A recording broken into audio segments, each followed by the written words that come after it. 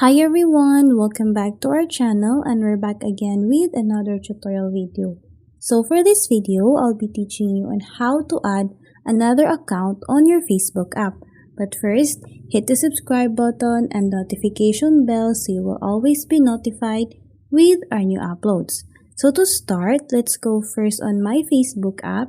So this is my primary account. So what we're going to do now is to log out this account first. So, okay, let's log out. And then, after logging out the account, you will be redirected to this page and here you'll see the option log in into another account. So now let's type here an email or a number for my secondary account. Okay. And then the password.